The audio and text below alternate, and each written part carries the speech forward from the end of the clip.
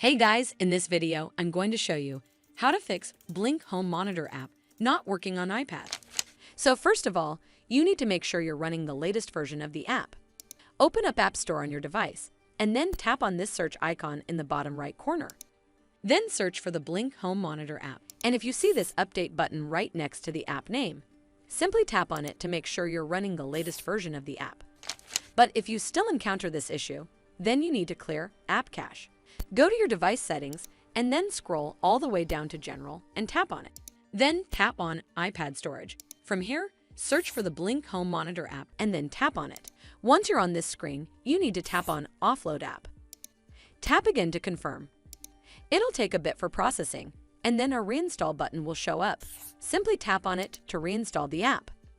This should fix the issue, but if it doesn't, then you need to completely reinstall the app. Follow the on-screen instructions to navigate all the way to the app page. Once you're on this screen, tap on Delete App to uninstall the app from your device. Once uninstalled, you need to open up App Store and then search for the Blink Home Monitor app right over here in the search bar, and then click on this Get button to install it back on your device. Well, that's how you fix Blink Home Monitor app not working on iPad. I hope you found this video helpful, and if you did, make sure you give it a thumbs up to see more videos like this, and don't forget to hit that subscribe button. We'll see you in the next one.